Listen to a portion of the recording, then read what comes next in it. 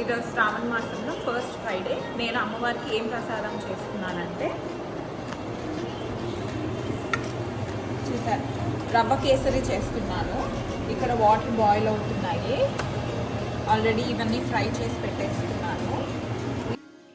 బాగా ఫ్రై అయిన రవ్వలో hot water add చేసుకొని రవ్వని బాయిల్ చేసుకోవాలి. ఆ తర్వాత మనకి ఎంత షుగర్ కావాలో అంత యాడ్ చేసుకొని నట్స్ యాడ్ చేసుకుంటే రవ్వ కేసరి రెడీ అయిపోతుంది.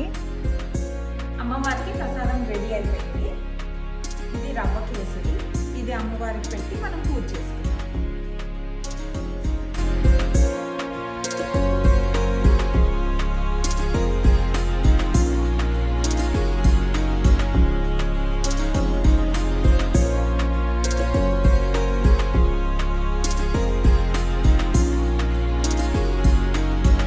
ఆ రోజు మా లంచ్ ఉత్తప్పం ఇంకా ఆనియన్ కారం.